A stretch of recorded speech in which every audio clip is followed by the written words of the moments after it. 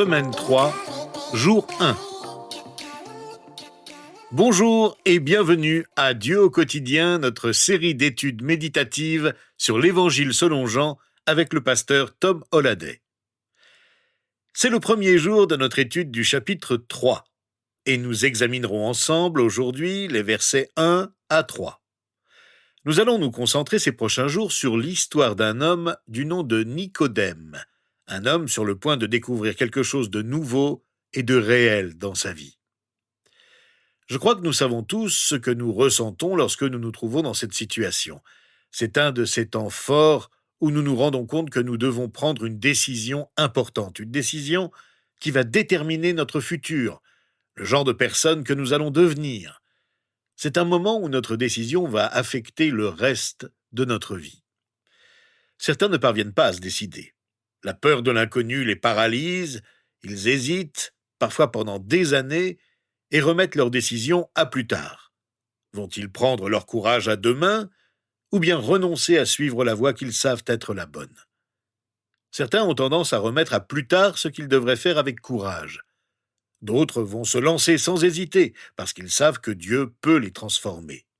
Ils aspirent à réussir et ont le sentiment qu'ils peuvent trouver ce qui manque à leur vie. Nicodème se trouvait à la croisée de ces deux voies. Il est allé à la rencontre de Jésus et nous allons apprendre qu'il était vraiment préoccupé par ce que Jésus disait et faisait. Il ne s'agissait pas pour lui de s'engager dans une discussion intellectuelle et de débattre avec Jésus. La discussion qu'il va avoir avec Jésus nous enseigne comment faire de nos vies un succès spirituel. Vous pouvez rencontrer des succès divers dans votre vie, ou peut-être pas. Ils dépendent des circonstances de la vie que vous traversez, de l'endroit où vous vivez. Une vérité demeure cependant. Chacun de nous peut faire de sa vie un succès spirituel et en éprouver une satisfaction profonde grâce à la bonté de Dieu envers nous en Jésus-Christ. Alors, si vous êtes dans une situation où vous avez l'impression que tout n'est pas comme vous le souhaitez, écoutez avec moi ce récit de l'interaction de Jésus avec Nicodème au cours des prochains jours. Le chapitre 3 de l'Évangile selon Jean commence ainsi. « Or, il y avait parmi les pharisiens un homme du nom de Nicodème, un chef des Juifs. » En lisant cette brève présentation de Nicodème, cela me rappelle l'une des premières choses que vous et moi devons considérer si nous voulons réussir spirituellement dans nos vies. La première chose à considérer est de vérifier notre définition du succès. Selon de nombreuses définitions du succès, Nicodème était un homme extrêmement prospère. La Bible cite des noms comme le sien. Il s'agit de vraies personnes qui ont de vrais défis dans leur foi personnelle, et la Bible nous donne quelques détails sur elles. Nicodème était un pharisien. Le mot pharisien signifie être séparé. Souvent, lorsque nous parlons des pharisiens dans la Bible, nous les considérons uniquement comme des ennemis de Jésus, et surtout comme de véritables légalistes qui ne comprennent pas le vrai sens des Écritures. Pourtant, lorsque nous lisons l'histoire des pharisiens et leur façon de vivre, nous nous rendons compte que leur respect des Écritures était tel qu'il serait difficile pour nous de suivre leur exemple. Il s'agissait d'un groupe aristocrate d'environ 6000 hommes en Israël à l'époque de Jésus. Chaque pharisien faisait un vœu solennel devant 3 témoins, selon lequel il s'engageait à consacrer toute sa vie, chaque jour et chaque instant, à obéir aux 10 commandements, et il le faisait de manière stricte. Dans ce sens, ils étaient séparés des autres, qui ne suivaient pas la loi avec autant d'exigence. Comme vous pouvez le constater, Nicodème semble avoir bien commencé sa vie spirituelle. Il voulait respecter la loi. Il voulait que la parole de Dieu soit au centre de sa vie. Il croyait en elle très sincèrement. Et pourtant, sa relation avec Dieu était troublée. L'idée d'appliquer rigoureusement les moindres règles de la loi de Moïse était devenue très compliquée. Les enseignants de la loi avaient ajouté à cette loi, la Torah, des centaines de règles qui se transmettaient oralement. Les pharisiens les connaissaient toutes par cœur. Ces lois furent mises par écrit environ 3 siècles après Jésus-Christ. Le livre de ces lois orales s'appelle la Mishnah, qui veut dire répétition. On découvre par exemple qu'il y avait 24 chapitres dédiés au commandement de respecter le Shabbat. Chaque loi était disséquée, étudiée dans les moindres détails. Il y avait même des commentaires sur la façon d'interpréter la Mishnah. Bien plus tard, d'autres récits y ont été rajoutés pour former ce qu'on appelle le Talmud. Mais déjà du temps de Jésus, les pharisiens connaissaient et pratiquaient ces nombreuses lois. Tous les moindres aspects de la vie de tous les jours étaient passés au peigne fin et les règles qui les réglementaient devaient être appliquées. Par exemple, on n'était pas censé travailler le jour du Shabbat, mais comment savait-on si on travaillait ou non? Comment savait-on si on respectait la loi ou non? Qu'est-ce qui était du travail? Qu'est-ce qui n'était pas du travail? Les enseignants religieux se sont donc penchés sur de petites choses, de petits détails, comme celui de faire des nœuds. Comment savait-on si on travaillait ou non lorsqu'on faisait un nœud? Ces docteurs de la loi avaient décidé que si c'était absolument nécessaire à la vie humaine, alors on pouvait faire un nœud. Mais si ce n'était pas le cas, on n'en avait pas le droit. Par exemple, si on voulait puiser de l'eau dans un puits, on ne pouvait pas nouer de corde au seau pour le descendre dans le puits, parce qu'on pouvait passer une journée sans eau. Mais comme les femmes étaient autorisées à nouer leurs vêtements avec une ceinture, on se servait de leur ceinture pour les nouer à des seaux et s'en servir pour puiser de l'eau. L'observation de la loi était devenue une véritable obsession. Mais c'est dire à quel point les pharisiens respectaient la loi. Leur conduite morale était exemplaire, et Nicodème était ce genre d'homme. Il avait une profonde soif religieuse, mais il avait aussi une profonde cécité spirituelle. Il y a de nos jours encore beaucoup de gens qui pensent que s'ils pouvaient simplement respecter les 10 commandements, alors ils pourraient être tout ce que Dieu veut qu'ils deviennent. Eh bien, même si Nicodème a fait tout ce qu'il pouvait pour respecter entièrement les 10 commandements dans tous les détails, il y avait toujours un vide profond dans sa vie. Jean nous dit qu'il faisait non seulement partie du groupe des pharisiens, mais que c'était un chef des Juifs, un membre du Sanhédrin, un groupe d'environ 70 chefs religieux qui composaient le tribunal suprême d'Israël et qui siégeaient à Jérusalem. Leur autorité s'étendait à l'ensemble de la communauté juive du monde entier. Nicodème était l'un de ces dirigeants. Bien plus, nous lisons au verset 10 que Jésus lui dit « Tu es l'enseignant d'Israël », c'est-à-dire celui qui enseignait la loi au sein même du Sanhédrin.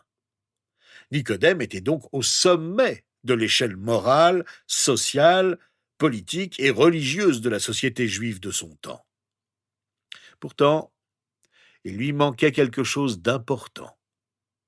Et Jésus l'intrigue. Il manquait quelque chose d'important dans sa vie et il s'interrogeait sur ce que Jésus avait qu'il n'avait pas lui-même reçu. Il alla donc le rencontrer. Au verset 2 de notre chapitre, nous lisons ce qu'il lui dit. Il vint de nuit trouver Jésus et lui dit « Maître, nous savons que tu es un enseignant envoyé par Dieu, car personne ne peut faire ces signes miraculeux que tu fais si Dieu n'est pas avec lui. » Pourquoi Nicodème est-il venu pendant la nuit? Beaucoup de gens se posent des questions à ce sujet. Certains pensent qu'il ne voulait pas être reconnu parce que ses collègues, les Juifs, contestaient son autorité et voulaient donc rencontrer Jésus discrètement. D'autres pensent que Nicodème voulait simplement être seul avec Jésus. On sait que les enseignants juifs de l'époque aimaient discuter ensemble pendant la nuit quand tout était calme. Ce qui me paraît significatif, c'est que Nicodème a trouvé le temps de parler avec Jésus sans aucune pression extérieure, sans avoir à se demander ce que les autres pourraient penser de lui. Il savait que Jésus avait ce qui lui manquait pour avoir une vie vraiment épanouie en Jésus-Christ. Il s'est donc rendu chez Jésus. Il en va de même pour nous. Nous devons rechercher des moments pour être avec lui. Même si nous sommes croyants depuis des décennies, nous avons tous besoin de nous recueillir dans la prière, en laissant de côté la pression que les opinions ou le jugement des autres peuvent exercer sur nous, pour demander simplement à Jésus, « Seigneur, qu'en penses-tu » Et puis prenons le temps d'écouter. C'est ce que Nicodème a fait. C'est d'ailleurs ce que je vous invite à faire au cours de cette semaine, alors que nous réfléchissons sur la rencontre de Jésus et Nicodème. Au verset 3, voici ce que Jésus lui répond. En vérité, je te le dis, à moins de naître de nouveau, personne ne peut voir le royaume de Dieu. Avant d'aller plus loin sur ce que Jésus dit, remarquons 3 petites choses sur sa façon de le dire. Je veux que vous les remarquiez parce que c'est ainsi que Jésus s'adresse aussi à nous. Premièrement, remarquez que Jésus va droit au but. Il ne tourne pas autour du pot. Il dit clairement et immédiatement, « Voici ce que tu dois faire ». C'est comme cela que Jésus s'adresse à nous. « Suis-moi », dit-il à l'un. « Donne-moi à boire », dit-il à l'autre. Ou encore, « Laisse tout ce que tu as. Vends tout ce que tu as. » Il appelle les gens à agir immédiatement. Il ne brutalisait pas ceux qui venaient à lui, mais il leur disait exactement comment ils devaient agir sans détour. Et c'est ainsi que nous devrions nous adresser aux autres. Jésus répondait aux besoins des autres sans perdre de temps. Il avait compassion d'eux et savait qu'ils s'attendaient à lui.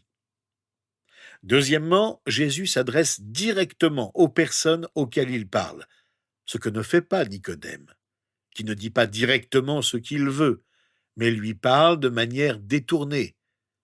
À son « nous savons », Jésus répond « et moi, je te l'assure ». Jésus va droit au cœur de Nicodème. « Je vais te dire la vérité ». Troisièmement, nous constatons que Jésus connaissait la question de Nicodème avant qu'il ne la lui pose. Il savait ce qui préoccupait les pensées de cet homme. Ce pharisien et chef du peuple d'Israël réfléchissait constamment au royaume de Dieu. Jésus lui parle donc du royaume de Dieu. Et souvent, j'ai découvert que Jésus connaissait ma question avant que je ne la pose, et il donne sa réponse en toute franchise. « En vérité, insiste-t-il. Cette expression forte voulait simplement dire « vraiment, je te l'assure », comme le traduit la Bible du Semeur. Elle invite celui qui écoute à prendre au sérieux ce que l'on dit. À moins de naître de nouveau, personne ne peut voir le royaume de Dieu. Le véritable succès que Nicodème doit connaître est un succès spirituel. Il doit être né de nouveau. Jean l'exprime ainsi dès le début de son livre, au chapitre 1, verset 13. Il dit que les enfants de Dieu sont nés non du fait de la nature, ni par une volonté humaine, ni par la volonté d'un mari, mais qu'ils sont nés de Dieu. La Bible du Semeur traduit bien l'expression grecque « né de nouveau » en disant « à moins de renaître d'en haut, personne ne peut voir le royaume de Dieu ». Jésus dit en quelque sorte à Nicodème « tu dois recommencer à zéro. Tu dois changer de stratégie et reconstruire ta vie sur de nouvelles bases. » Le vrai succès de notre vie est un succès spirituel qui dépend de Dieu seul. Il ne dépend pas de nous, de ce que nous savons, du statut social que nous avons ou des richesses que nous accumulons, mais il dépend de Dieu qui seul nous donne la vie physique que nous menons sur terre et la vie spirituelle qui nous vient d'en haut, c'est-à-dire de lui et de lui seul. Je vous invite à terminer notre réflexion d'aujourd'hui en adressant à Dieu cette prière. Seigneur notre Dieu, nous voulons construire notre vie sur des bases solides. Car nous savons que le succès matériel, professionnel et social ne peut pas nous procurer le véritable bonheur dont tu veux nous combler. C'est ton royaume que nous voulons voir. C'est ta présence que nous voulons contempler. Seigneur Jésus, comme Nicodème, Nous reconnaissons que c'est Dieu le Père qui t'a envoyé pour que nous puissions renaître d'en haut, pour que nous puissions reconnaître en toi celui qui peut nous transformer nos vies. Nous ne voulons pas garder pour nous ce que tu nous as donné de voir, ton royaume, mais nous voulons en témoigner autour de nous. Touche le cœur de ceux qui ne t'ont pas encore accueilli, de ceux qui hésitent, pour qu'ils éprouvent le besoin de venir à toi et acceptent de naître de nouveau pour devenir tes enfants fidèles. Nous te le demandons en ton saint nom. Amen. Eh bien, demain, nous poursuivrons l'étude de cet épisode de la vie de Nicodème et nous nous attarderons ensemble sur les versets 4 à 15 du chapitre 3 de l'Évangile selon Jean.